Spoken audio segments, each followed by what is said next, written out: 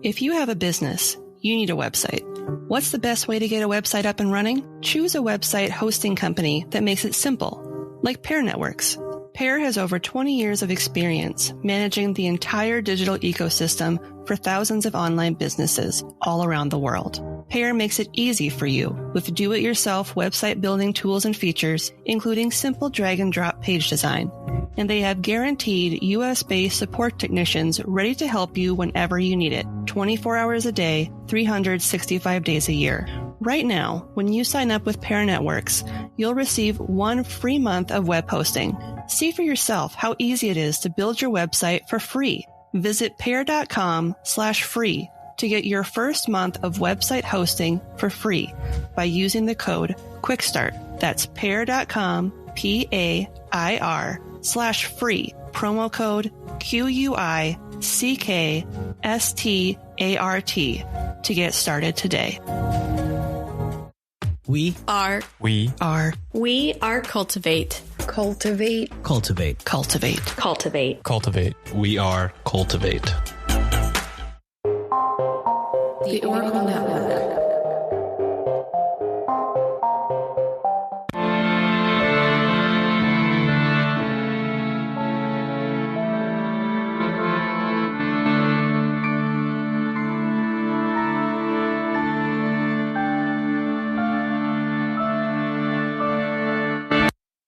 Hello and welcome to Ye Olde Crime, where we discuss the funny, strange, and obscure crimes of yesteryear.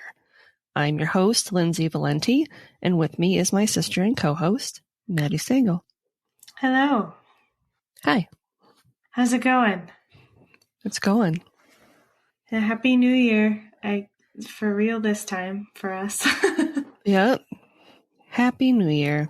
Happy New Year. Anyway, fun news. I forgot to mention it on our first episode because it wasn't really kind of finalized, but it was finalized. So now I can because it's officially official. So we are now members of the Cultivate Network. Yay!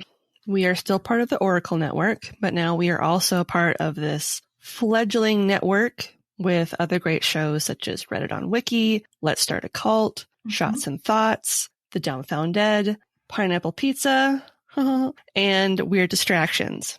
We're very excited for that. I think it's a really fun group of people, and they've got a lot of big plans as far as how they want to see the group grow. So I think that'll be a great fit for us in 2022. So more on that as it comes. But we're official, baby. We did it! Yay! Looks like we made it.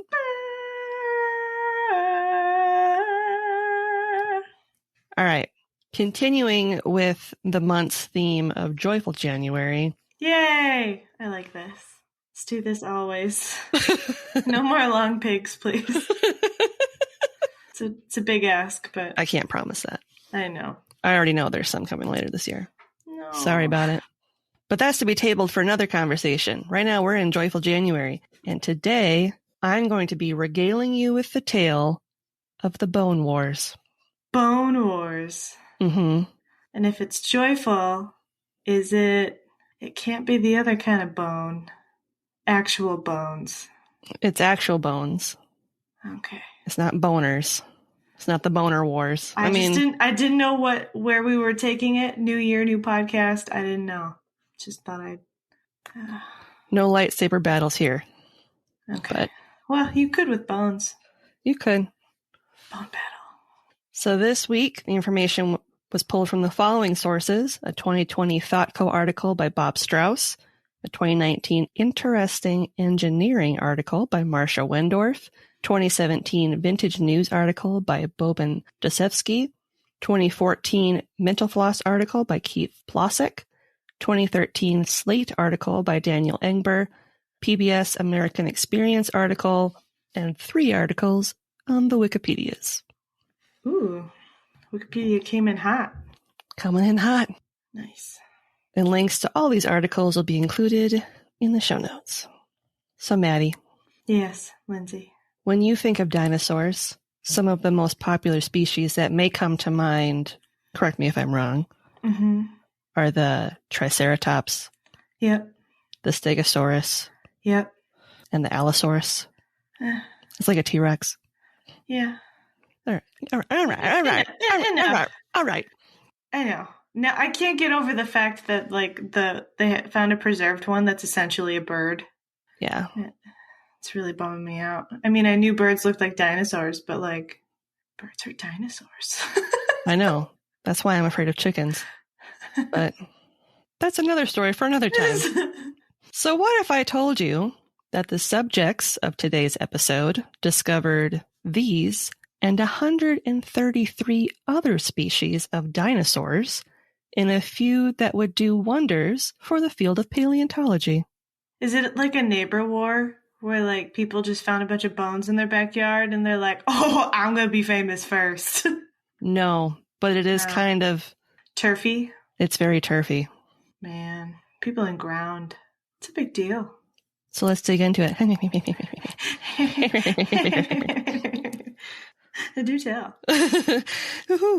So following the end of the Civil War, the field of American paleontology was in its infancy in the American West. The term itself wasn't coined until 1822. Interesting. Yeah, right? I thought it would have been, like, much sooner than that. But yeah. I mean, I guess we had bigger things to deal with at the time. But yeah, you know, like Civil War. And, you know, a pandemic prior to that and just lots of other wars. Yeah. prior to that. All the wars, all the pandemics. Nothing but wars. And emics. And death. Panoramics. Enter Othniel Charles Marsh and Edward Drinker Cope. They sound like puppets. Oh man, no, I want them to be puppets. They sound like puppet names on, like, Sesame Street, and they're like, we're here to teach about dinosaurs. Oh my god, I want somebody to make puppets of them now. Someone do that. All right. Othniel Charles Marsh was born in Lockport, New York on October 29th, 1831, to parents Caleb and Mary Gaines Peabody. His father was a farmer, and his mother, who was the younger sister of banker and philanthropist George Peabody, died when Othniel was 3 from a bout of cholera. Aww. Yeah. Thanks to his uncle George, Othniel was able to escape farm life and received a formal education. He graduated from Phillips Academy in Andover in 1856 before attending Yale College. Ooh. Yeah, where he graduated with honors with a Bachelor's of Arts degree in 1860. LOL. You had me until he said Bachelor of Arts. I know that doesn't mean anything because I have one. I know. I do too. Just kidding. It means something. But, like, you know what I mean. Yeah. Othniel went on to receive a Berkeley scholarship from Yale, so he furthered his studies at Yale's Sheffield Scientific School in the fields of geology, mineralogy, and chemistry, earning his master's in 1863 at the age of 32. Nice. Yeah. Now I just imagine him in a really fancy apartment close to Yale, like, surrounded by rocks. Mm-hmm. Nicely tumbled rocks. The softest of the rocks. Just the shiniest and sparkliest, roundest rocks. There's, like, geodes everywhere. Oh, man. Like a geode bathtub. He had a geode bathtub. Oh, man. It'd be pokey. Good for exfoliation. Yes. Following this, Othniel decided he wanted to learn even more. So he went overseas, where he studied anatomy and paleontology in Berlin, Heidelberg, and Breslau between 1862 and 1865. Interesting. 2 fields of study. Yeah. I want to study human bodies, but also bones in general. Mm-hmm. My favorite part about anatomy is bones. I mean, it kind of makes sense if you're going to be reassembling bones. You kind of want to know how they all work together, right? I suppose. Yeah. In 1866, following his return stateside, he was hired at Yale University at the age of 35 as a professor of vertebrate paleontology, making him the first professor of paleontology in the United States. Fancy. So fancy. That same year, thanks to a donation of $150,000. That would have been so much money then. or $2.6 million today. Yeah. Oh my God. From his uncle George, the Peabody Museum of Natural History at Yale was founded, and Othniel served as one of its trustees and original curators. Cool. Yeah. Thanks, Uncle George. Wow.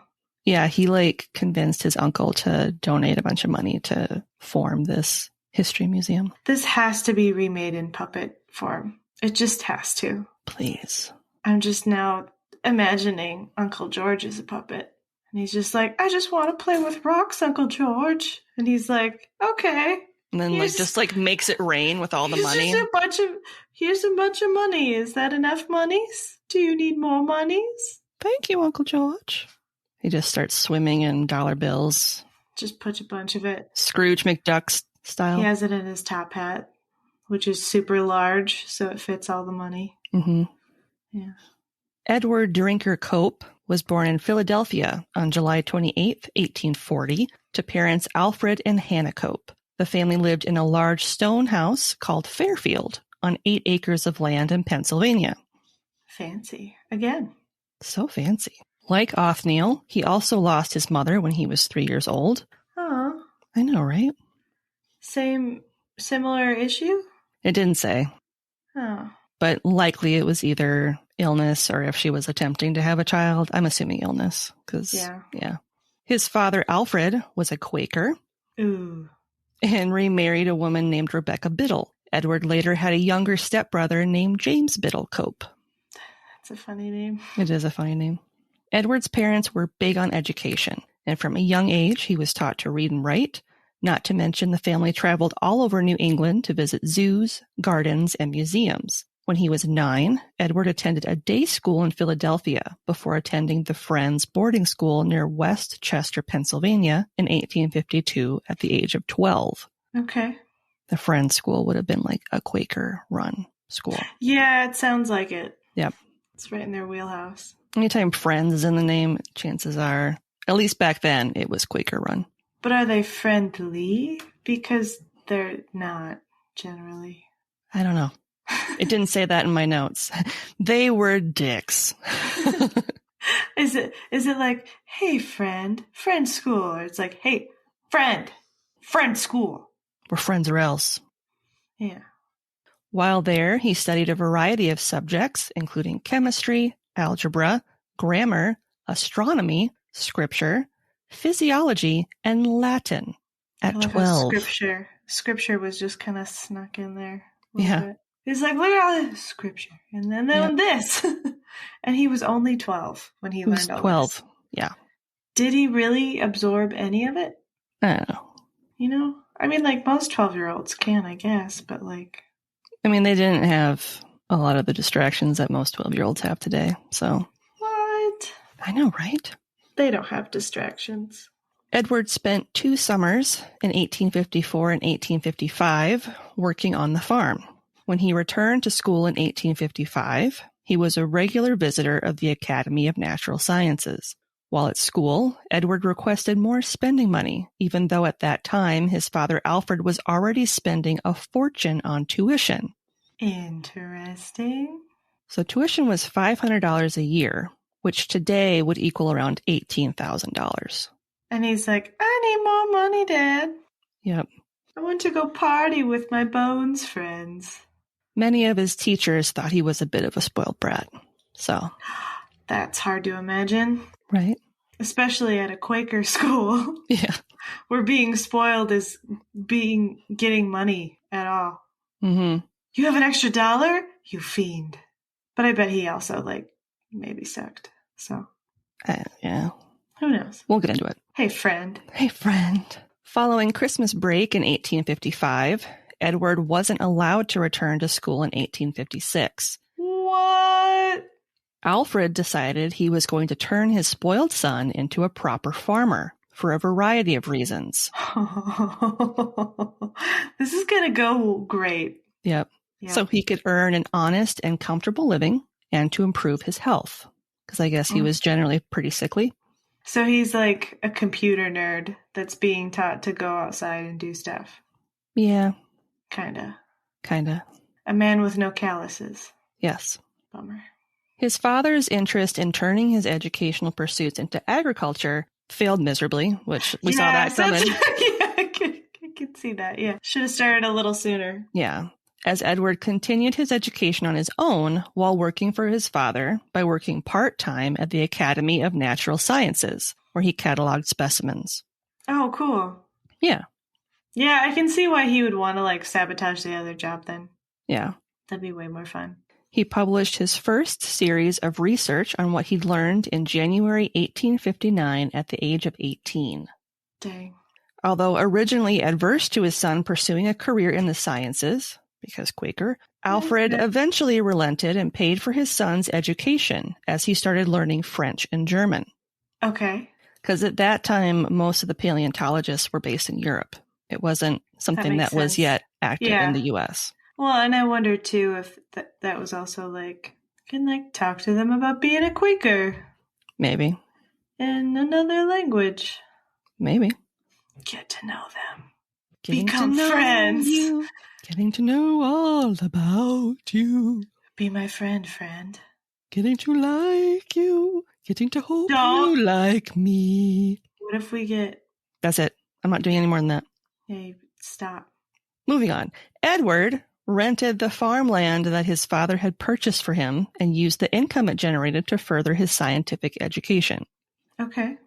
Edward attended the University of Pennsylvania in 1861 and studied anatomy from Joseph Leidy, who was one of the most influential anatomists and paleontologists of the day. Nice.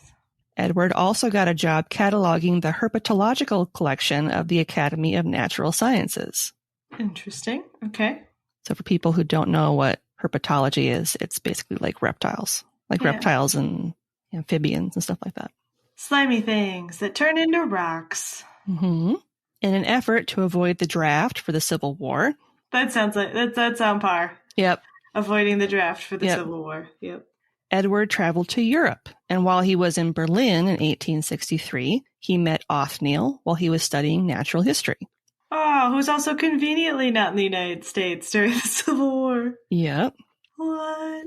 Othniel was attending the University of Berlin, and the two men seemed to take a liking to one another. They became friends. They became such good friends. The best of friends. Othniel took Edward on a tour of the city, and they even roomed together for a few days. Ooh. After Edward returned to the States in 1864, the pair stayed in touch, sharing letters, photographs, manuscripts, and even some fossils. That's so cute. It is kind of cute. I know there's spoiled brat dudes, but like sharing fossils, like that's really cute. I found this bone and it made me think of you. Gave you a bone. I'm gonna throw you this bone. Both literally and figuratively. But like not actually throw it because it's the mail. We're good people. Upon his return to Philadelphia in 1864, Edward utilized his family's Quaker connections to secure a teaching post as the professor of zoology at Haverford College, where he was awarded an honorary master's degree so he could assume the post. Because remember, he didn't finish school. Yeah, I just think it's funny that like had to use their Quaker connections. Mm-hmm. Seems kind of silly. All that oats money. Yeah. Brought to you by shame. That same year, he described his first paleontological contribution, Amphibimus gradiceps, which was an ancestor of modern amphibians. Interesting. Mm-hmm. What did it look like? Is it kind of weird? I'll have to find a picture of it. Does it have like a glove on his head or anything? I hope it does. It's just like a Michael Jackson amphibian. It just like inflates whenever it's stressed out. Get back, Jack. I'll slap you. Pew, pew, pew. Look at this frill. A year later, he married Annie Pym, who was also a Quaker, in July of 1865 at her family's farmhouse in Chester County, Pennsylvania. The following year, they welcomed their daughter, Julia Biddle-Cope, on June 10th, 1866. She would be the only child the pair would have. Oh, okay. And as far as I know, she didn't die young, so... That's surprising and good to know. Yep. That's the last you're ever going to hear of her. Oh, she didn't die. The end. But she still existed. Congratulations. It wouldn't be long before Edward and Othniel, who for all intents and purposes seemed to have formed a great friendship, would start duking it out in an effort to outclass the other in their field of study, paleontology.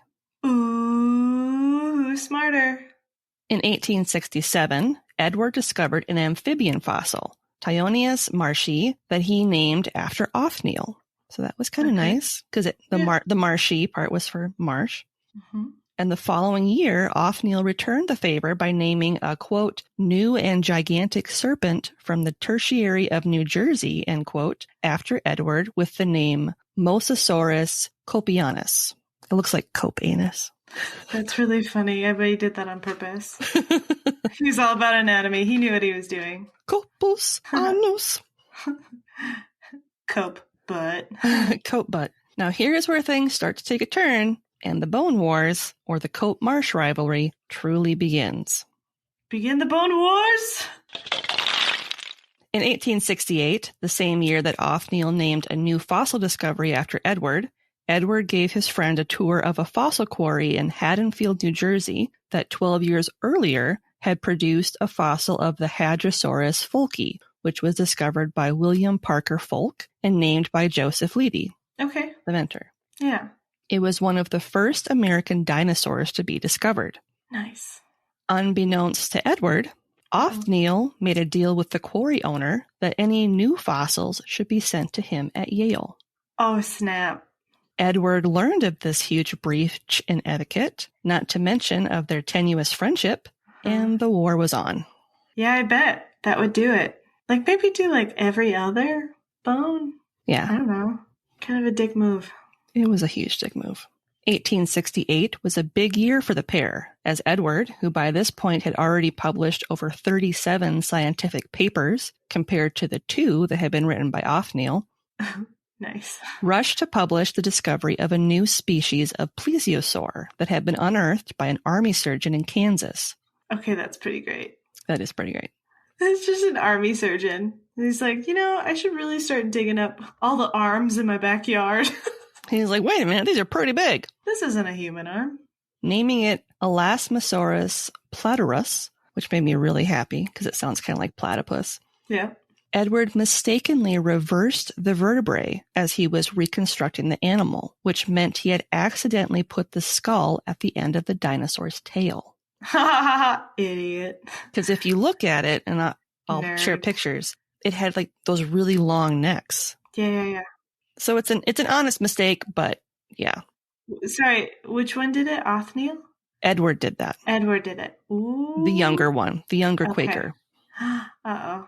The blunder wasn't discovered until on a visit to the Academy of Natural Sciences, when Othniel pointed out Edward's mistake. Oh, man. He really knows how to, ruin things. A mistake which was confirmed by their mentor, Joseph Leidy. Oh.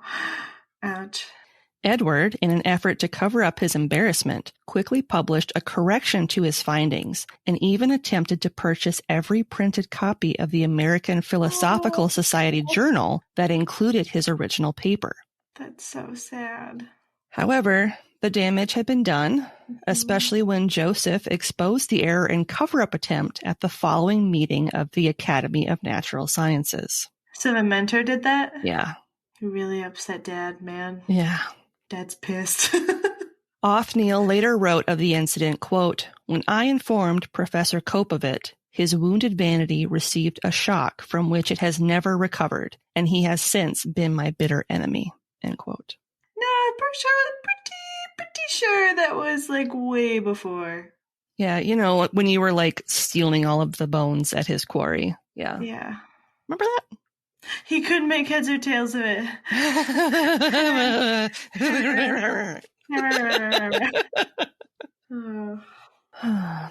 don't know why we don't have sponsors. Right? We're so hilarious. So funny. Othniel received an inheritance of $100,000, or $1.8 million today, upon his uncle's death in 1869. Oh. And he used that funding to uncover around 500 new species of fossil animals, which he named in around 400 scientific articles over the course of his career. Okay. As Edward and Othniel traveled west in search of new fossils, their rivalry intensified. Othniel spent his time attempting to recover as many fossils as possible before Edward could do the same. Okay. This seems very silly. Yep. He even employed a number of spies to track Edward's progress using the codename Jones in an attempt to hide who he was really observing. So he's Indiana Jones. Yeah. Got it. Many fossil discoveries were made almost on accident as excavation work was being done ahead of the expansion of the Transcontinental Railroad. That makes sense. Gotta dig pretty deep. Mm-hmm. And this was through the states of Nebraska, Wyoming, and Colorado. So at the start of the 1870s, the Great Dinosaur Rush had begun. I've never heard of this. This is really intriguing. Mm-hmm. Meanwhile, Edward rushed to publish his findings in academic journals in a practice that fellow paleontologist Bob Backer described as, quote, taxonomic carpet bombing, end quote. What? Which in layman's terms means to explosively classify and name things. So he's basically just like word vomiting names left, right, and center. Bluey number 2. Bluey 568. So he can be Grass. like the person that named it. Right. In May of 1871, Othniel made a number of discoveries, including the first pterosaur fossils found in America, as well as a number of early horses and flying reptiles. Nice. He additionally discovered a number of Cretaceous and Jurassic dinosaurs that many of us will recognize, such as the Triceratops, Stegosaurus, Brontosaurus, Apatosaurus, Allosaurus. He named all these? Mm-hmm. Okay. Ichthyornis and Hesperornis. So the last two are flying dinosaurs that are kind of like the pterodactyl. You know who this man is? Former Nick Cage. Nick Cage in his previous life. Yeah, it's previous life Nick Cage. Othniel's discovery of various horse fossils allowed him to produce evidence to support Darwin's theory of evolution.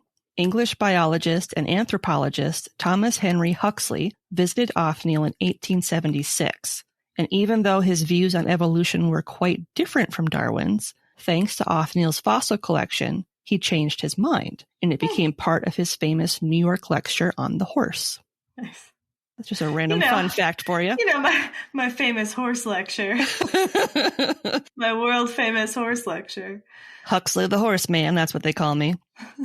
In June of 1872, Edward took a trip out west as part of the U.S. Geological Survey team under Ferdinand Hayden, and upon arriving at Fort Bridger, Wyoming, he discovered several new species. Interesting.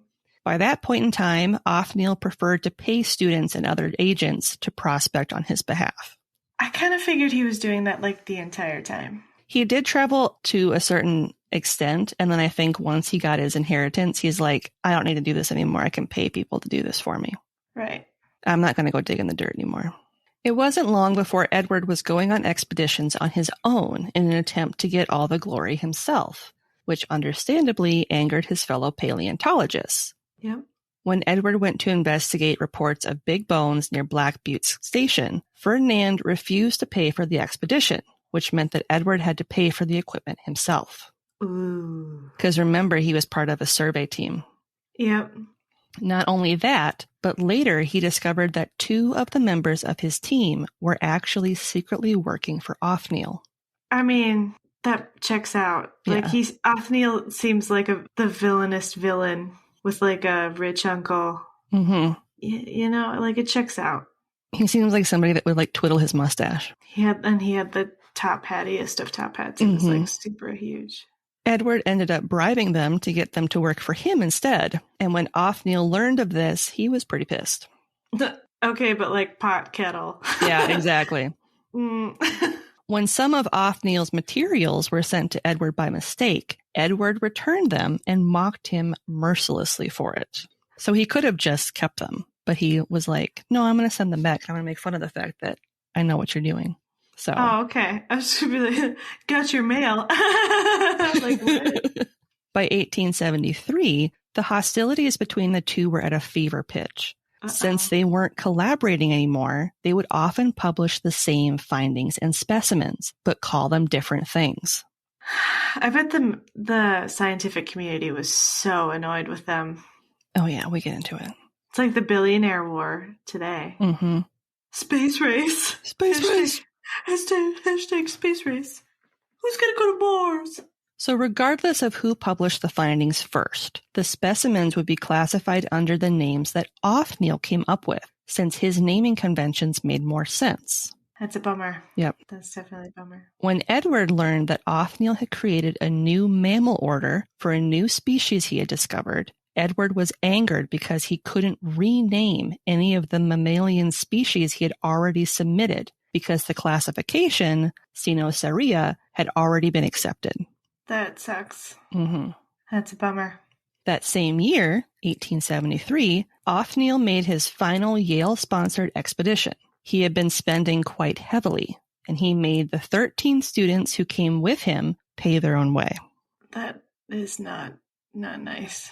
No. Don't ever do that to students, please. Yeah. Students don't have money. They don't. At the conclusion of this trip, Yale paid $1,857.50, which today would be $43,000, compared to the $15,000 or $342,000 today that they'd spent in the past for his last expedition. This is a good decision, Yale. Yeah. After this trip, Othniel instead paid locals to dig and collect the samples for him and then ship them to him at Yale. This doesn't sound like a good path. No. It's like when you have people clean up and restore paintings who don't know how to restore paintings, and then you get the weird smeary Jesus like we did a few years ago. I love the weird smeary Jesus. That's my favorite painting ever. It's like tiny, tiny beady eyes. This next part's really going to piss you off. Okay, great. In the mid-1870s, a number of fossils were being discovered in the Black Hills of South Dakota. South Dakota. That's their whole thing. Mm-hmm. It's just singing the name. Yep. And this was thanks in part to the gold rush. The whole territory was under the control of the Sioux Nation, led at that time by Chief Red Cloud. Okay. In order to dig, permission needed to be granted by Chief Red Cloud. Uh-huh. Othniel approached him and promised to pay him a large sum as well as lobby for better treatment of him and his people once he returned to the capital. Uh-huh. Othniel received permission to dig, but ended up running off with his findings after collecting enough fossils without paying as he promised. Shock. Mm-hmm. Wow. I read that and I was like, you really are a dick. Yeah. In 1877, a Colorado school teacher named Arthur Lakes sent a letter to Othniel regarding some bones he discovered during a hiking trip in Morrison, Colorado. He had also sent samples to Edward, since Othniel had been taking his time responding. Interesting. In an effort to keep Arthur quiet about the find, since he was unaware that samples had also been sent to Edward, Othniel paid him $100, or $2,600 today, to not say a word about the discovery to anybody else. LOL. Okay. Meanwhile, Edward had been told of another fossil site in Cannon City, Colorado, that held the bones of huge herbivores, which Othniel tried to get his hands on, but he failed. Villain's starting to slip a little bit, isn't he? At this point, it was just common knowledge that Othniel and Edward were competing for the newest and best fossils that could be found, and the public used that knowledge to their advantage. Yeah, get them both. An area known as Como Bluffs, Wyoming, came into play in 1877 when two workers for the Union Pacific Railroad contacted Othniel using pseudonyms about their fossil discovery while working to expand the rail line. Okay. The men, whose real names were William Harlow Reed and William Edwards Carlin, stated that they had no problems reaching out to Edward if Othniel couldn't agree to their rather generous terms. All right, ye old trolls. Yep. I can get it. Othniel sent out one of his agents and paid the men handsomely before he soon was being delivered boxcars of fossils. Wow. Yeah. These included the first specimens of Allosaurus, Stegosaurus, and Diplodocus. Although some sources said it was the Apatosaurus, but most of them said Diplodocus. Okay. Word spread like wildfire about the money one could make by alerting either of the pair of a fossil find. Yeah, I bet. Especially if you just went to the new frontier. Yep. And have no monies. Yep. Because the gold rush wasn't as good as people thought it was going to be. Good thing the dinosaur race is here. Go get them dinos. Many went after Edward as the wealthier of the two until people learned about Othniel's inheritance from his very rich uncle. Mm-hmm. Mistakenly believing that he'd cough up more money for any findings, which he didn't. Right. Edward sent his own agent out west to investigate more supposed sites, but when negotiations broke down between his agent and the fossil finders, he instead had his agent sniff around Othniel's dig site at Como Bluffs and steal some of the bones. What? Yeah.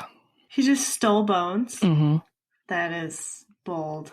The massive find was written up in the Laramie Daily Sentinel in April 1878. And the winter of that year, William Carlin started working with Edward directly, since Othniel seemed to only pay his workers on an irregular schedule that not everyone was cool with. Oh, you mean like once and or never? Mm-hmm. Interesting. I don't know why people wouldn't be okay with that. Yeah. At this point, both Edward and Othniel had moved west to be closer to the action. Get me closer to the bones! I need to touch them and smell them and taste them. The excavations at Como Bluffs took 15 years, and during that time, the workers of the site suffered greatly, whether from their poor living conditions, the inclement weather, because they were forced to work through the winter. Oh, yeah. In Wyoming. Yeah. Would have been awful, and the ground would have been frozen, and they don't have the technology that we have today. Mm-hmm. Heated trucks. Mm-hmm. Or just the fact that each were constantly being targeted by spies and thieves. Oh, you know, just another Tuesday. Between 1877 and 1892, the hijinks would skyrocket to new levels of pettiness, such as deliberately destroying smaller fossil sites and damaging fossils so the other couldn't get them. That's really, really shitty. They would also backfill excavation pits with rocks and dirt and utilize a number of spies to investigate the other's dig sites. That's awful. They'd also bribe the workers and just plain old steal the bones. I thought this was supposed to be Joyful January. I like the idea of them spying on one another over bones. I think that's hilarious. I mean, yeah, but like... We'll get to the joyful part. Just chill. No one's dying. They damaged bones. I know. There is even an account of workers stopping their dig just to pelt stones at the people spying on them. I mean, that would be kind of fun. Yeah, that's joyful. I guess. Othniel used the money he'd inherited from his uncle to hire more people to work for him. But it wasn't long before he and Edward had to contend with the team from Harvard University that had now started to develop their own excavation sites in the West. Uh-oh. New school. It's no wonder that both of them had taken to blowing up or backfilling their sites once they were done to stay one step ahead. Yeah, I guess. I mean, it's not okay, but... It's not okay at all, no. Edward purchased the American Naturalist Journal in 1877 to ensure that his works got published. Sassy. Between 1879 and 1880, he published 76 academic papers, which is a drop in the bucket considering over his life he would publish a whopping 1,400 articles. I bet they were all trash. Making him one of the most prolific American authors in scientific history. Uh-huh. I found a bone. I found another bone. Paper number 3. These bones match. Jerk. Thanks to his efforts, the number of dinosaur species that had been discovered and classified jumped from a handful to over 100. So not too bad. I mean, yeah, but like, it's like, wow, only a few to, like, 100. Wow. Congrats, I guess. Yeah. During the course of their feud, Edward's works that were rushed for publication were frequently riddled with errors. No. Right. While Othniel often turned to bribery and bullying to get the specimens he wanted. So he used Clippy. Yeah. Yeah. Any exchanges they made in scientific journals were filled with vitriol, charges of errors, fraud, and distortions. Fun. I bet the scientific community really loved that. Oh, I'm sure they did. Yeah. Othniel wasn't going to take Edward's success lying down. He was determined to see Edward fail in his endeavors. Mm-hmm. In 1882, calling on his connections and political clout in Washington, he was able to become the chief paleontologist of the newly created U.S. Geological Survey. Interesting. Okay. This power move came with the cash benefits, access to federal funding, institutional support, and a crazy amount of political power. Just a little bit, no big deal. Othniel did everything with his newfound power to cut Edward off from the government funding that the pair had been relying on. That's really awful. Especially when it came to paying for the illustrated volumes that reported their discoveries. Damn. This left Edward in a position where he was constantly struggling to find a job. Super fun. Super great. Othniel was slowly losing allies. What? Mainly because he was unwilling to share the spotlight when it came to the discoveries that were made. And since he had a habit of making late payments to the people he employed. Yeah, that would do it. In 1890, Othniel stepped down as the head of the National Academy of Sciences. That same year, Edward was elected president of the American Association for the Advancement of Science. Interesting. Okay. Sadly, he was living alone in a small apartment in Philadelphia after leaving his wife and child. Is it sad or is he just a jerk? I'm sure they were better off without him, honestly. Yeah. Desperate to recoup the loss in government funding, Edward took on a silver mining venture in New Mexico that ultimately failed and left him destitute. Yeah. All he had left was his fossil collection, and it was at this time that Othniel made a mistake that would spell his ruin. Ooh, okay. Using his political clout, Othniel attempted to take Edward's fossils under the guise that they had been obtained using federal money, therefore making them the property of the government. Oh, man. Edward wasn't going to take this attack lying down and produced paperwork proving that he had paid for almost the entirety of his collection out of his own pocket. Uh-huh. It was after this snafu that Edward set out to take Othniel down. For years, probably since the start of their friendship, Edward had been keeping records of Othniel's dealings, accusations of scientific impropriety, like the whole spying thing and the paying quarrymen to send the fossils to him. Right. Edward turned his entire collection of information over to a freelance journalist with the New York Herald who published an expose with the headline, quote, "Scientists wage bitter warfare," end quote. Yep. Sounds about right. The article started a firestorm in a public battle that lasted for 2 weeks. Othniel and his contemporaries in the U.S. Geological Survey were accused publicly of incompetence, corruption, and misuse of government funds. Finally.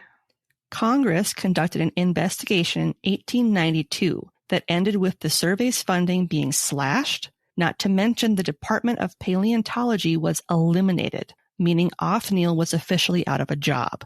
Good. As a final slap to the face, the Smithsonian demanded that Othniel give them a large chunk of his personal fossil collection, as some of them had been collected with government funding. That makes sense. Due to the dramatic fashion in which the pair's feud came to light, both of their reputations were forever damaged. I bet, yeah. That makes sense. Edward was unable to find someone who could afford his vast fossil collection that he'd accumulated over the span of 20 years. Eventually, a fellow at the American Museum of Natural History submitted a bid of $32,000 for part of his collection, which would be around $1 million today. Nice. A few years later, Edward became ill in 1897 and died at the age of 56. That's really young. Yeah. But I suppose that was like old-ish. Mm-hmm. Kind of. 2 years later, Othniel died of pneumonia at the age of 67, with only $186 to his name. Wow. Or around $6,200 today. Following his death, over 80 tons of his personal fossil collection was acquired by the Smithsonian. Good. Othniel left the bulk of his collection to the Peabody Museum of Natural History at Yale. Of course he did. which makes sense. That's his family's museum. Even though the pair's reputations were forever tarnished by their petty feud, the sheer amount and quality of fossils they were able to collect started the foundation of the field of paleontology in America. Edward left behind 13,000 specimens. An Othniel's similar collection, according to a personal letter from Charles Darwin, stated that it was, quote, the best support of the theory of evolution, end quote. Okay. Othniel was one of the first to theorize that birds descended from dinosaurs, which I'm sure made Darwin very happy. I'm sure Darwin would be really happy to see the preserved specimen, too, that we're going to make a Jurassic Park out of. Yeah. If we want to go simply on numbers, then Othniel won the Bone War by discovering 80 new dinosaur species compared to Edward's 56. Okay.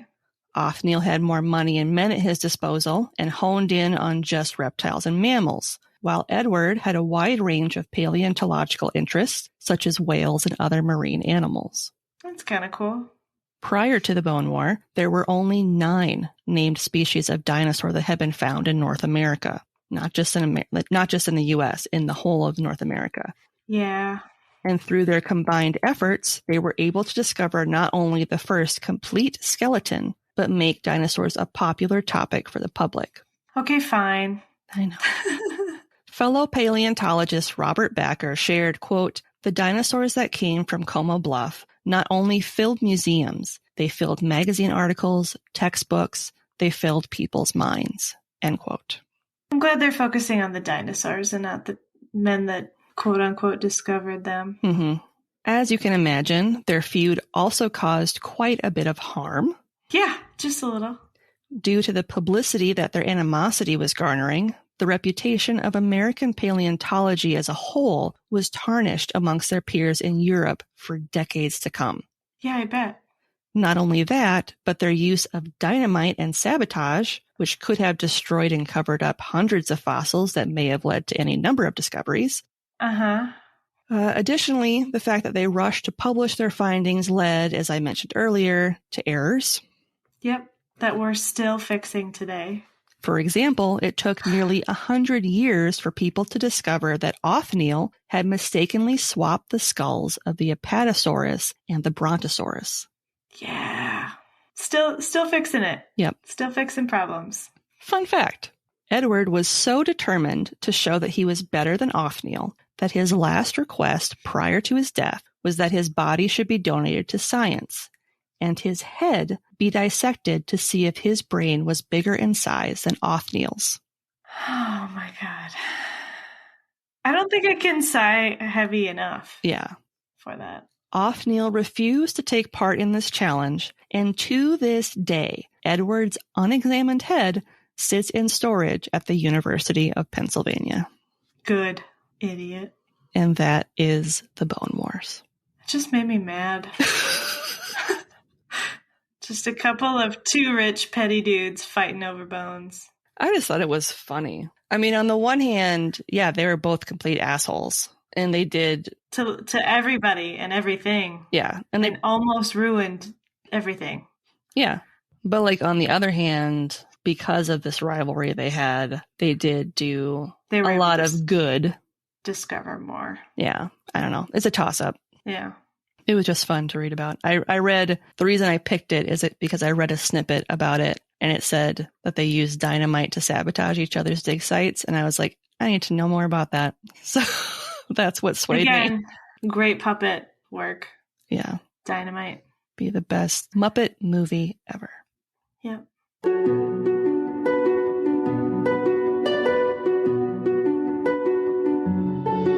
I'm Dawn. And I'm Cole.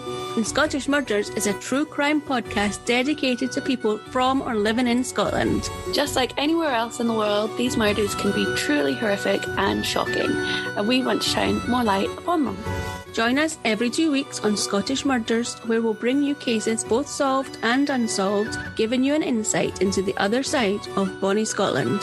Find us wherever you stream your podcasts, as well as on social media. Join us there. Bye!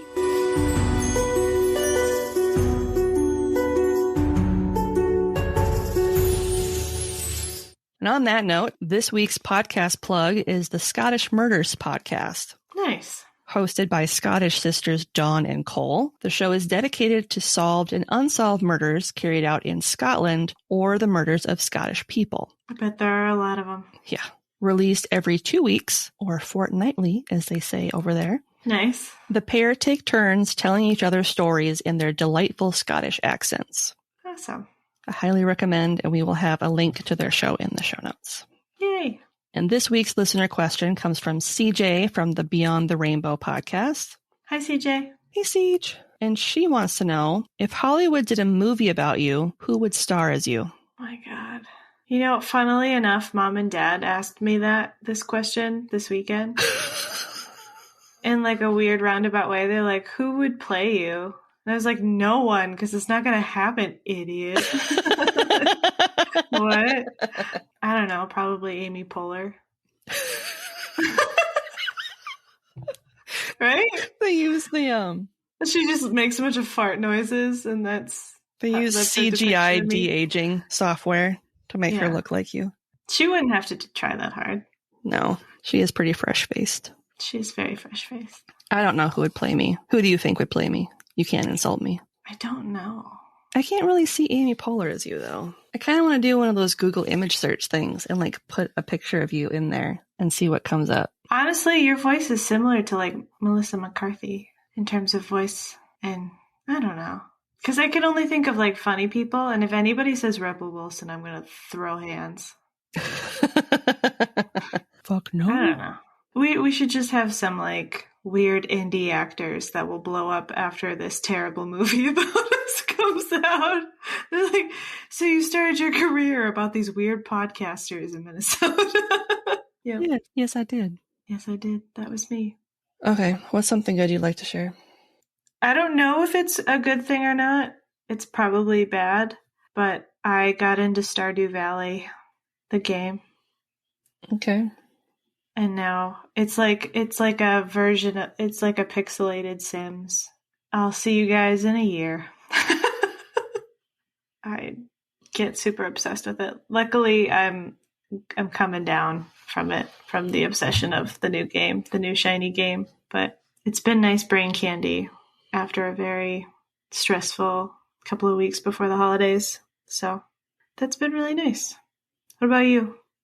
What's one good thing? It says I look like Jennifer Aniston. Nice. Or Chelsea Clinton. Honestly, I could see Chelsea Clinton more. Same. All right. My something good is Seffi got a cookbook and she made some cookies the other day. And I don't know what are in them, but they're really good. So I think she put cocaine in them or something because I want to keep eating them. What flavor are they? It's like peanut butter. Nice. But it tastes just kind of like brown sugar dissolving in your mouth. Nice. All right, shall we? We shall. All right, you can find us online at yieldcrimepodcast.com. We're also on Twitter at yieldcrimepod, on Instagram at yieldcrimepodcast, and on Facebook at yieldcrimepodcast. We're also on YouTube. You should subscribe. Subscribe. If you'd like to write to us, we have a P.O. Box. Mm-hmm. You can write to us at Yield Crime Podcast, P.O. Box 341, Wyoming, Minnesota 55092. The address is also saved in the show notes. Send us bones! But like, not people ones. Yeah, don't do that. Please. I don't want that. No, thank you. No, don't do that. You can email us at yieldcrimepodcast@gmail.com. Don't forget there's an E in old, or it's not going to come to us. Fair. Send us your questions. We're running low on questions. If you'd like to support the show but can't do so financially, which we get, you can leave us a 5-star rating and review on Apple Podcasts, Podchaser, Good Pods, and Spotify. Nice. So this review comes from Apple Podcasts. Apple Podcasts.